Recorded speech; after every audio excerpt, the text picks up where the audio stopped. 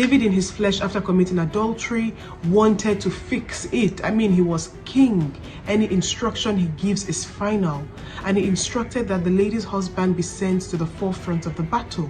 And this man was killed. David literally planned someone's death because he had it in his hands. The enemy is trying his best to throw things at us, to pour things into us. But God needs us to be steadfast in the place of prayer and in the place of word study. That is how you renew your mind. That is how you transform your mind and become more like Christ. Create in me a clean heart, O God, and renew the right spirit within me. These were the words of King David after he had committed atrocities. He literally committed adultery and then murder. And at a point in time, his eyes were open, and David was humble enough to cry to God for mercy. David realized that in himself, in his flesh, he could do nothing. It would only take the hand of God upon his life to change him and to give him a new heart. And without a new heart, there are certain decisions that we make that would never change. Without a new heart, we would find that we're not any different from the people of the world. We don't see anything wrong in what they do and what they enjoy. But by the time the Lord gives us a new heart, we start to like what God likes. We start to enjoy what God enjoys and what He commands us to do to the glory of His name. Only God can give a man a clean heart. Only God can renew a right spirit within a man. You cannot do this by yourself, no matter how hard you try. It takes a supernatural power, which is the power of the Holy Spirit. You would find that there are some things you've tried to stop. You hear people say over and over again, I know I tell lies here and there. I have tried so hard. Today we have names for everything, right? You just find that some people steal a lot. They steal very little things, meaningless items, but they have an uncontrollable pressure or force that makes them to do the things they do not want to do. Because once their eyes are clean and they realize what they've done, they start to regret. That is when you know you're being controlled by a force which is not the force of God. And when you see those threats and patterns in your life, what should you do? You should humble yourself and cry for mercy. David in his flesh, after committing adultery, wanted to fix it. He was king. Any instruction he gives is final. And he instructed that the lady's husband be sent to the forefront of the battle. And this man was killed. David literally planned someone's death because he had it in his hands. He was able to make such decisions. But you would see that the devil would only make you God over your own life. And you being a God over your life is absolutely wrong, because you would make every wrong decisions. You would make every decisions in the flesh and for yourself. We need God to give us the strength to be renewed day after day.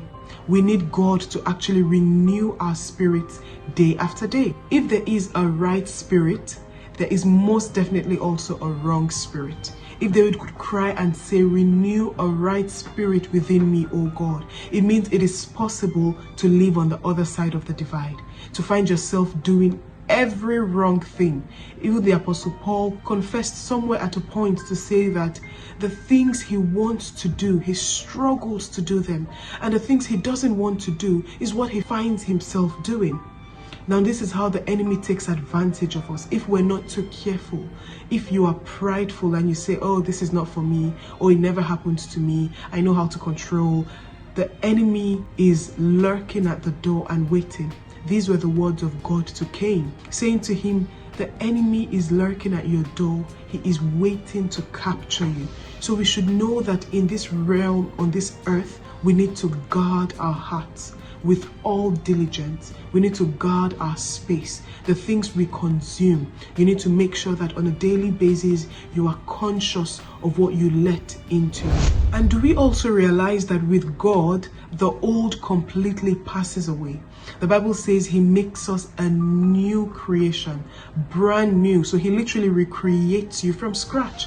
He gives you a new heart. When you believe and you pray and ask Him to give you a new heart, a new spirit, to help you do what He wants you to do, He actually gives you a brand new heart. Don't think that, it is still the old you and He's patching things up. And no. God starts from scratch. He gives you a whole new opportunity. He trusts that you would make good use this time around. So God is a God of second chance. He's a God who looks down on his people and he shows mercy.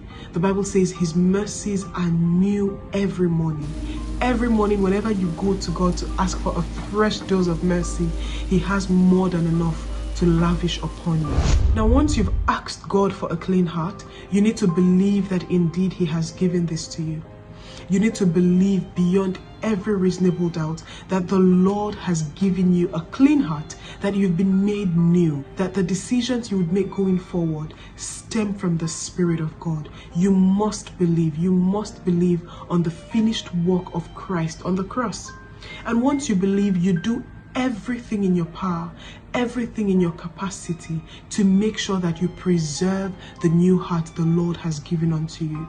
You make sure that you are now more careful. As we said earlier, whatever you let into yourself, your eye gate, your ear gate, those things would shape the desires that you have tomorrow. They would shape the decisions that you make tomorrow.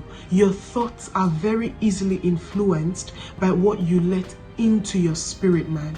So be careful. We're literally on the battlefront. The enemy is trying his best to throw things at us, to pour things into us. But God needs us to be steadfast in the place of prayer and in the place of word study. That is how you renew your mind. That is how you transform your mind and become more like Christ. You need to spend time in the word to be renewed. Once you're renewed, you believe that it has been done, and you preserve by guarding your heart jealously, by making sure that you no longer hang around with the same set of people you used to, those condescending words you used to say with your mouth. You're no longer that person. It will take a deliberate action from you to stand tall and to change things around. Now, this is Grace with the Great. Thank you for stopping by. This was really just your word for the week. I believe strongly today that the Lord will give you a clean heart once you ask him and you believe he will do it in the name of Jesus. Thank you for tuning in. Until I see you again, have a lovely, lovely week. Shalom.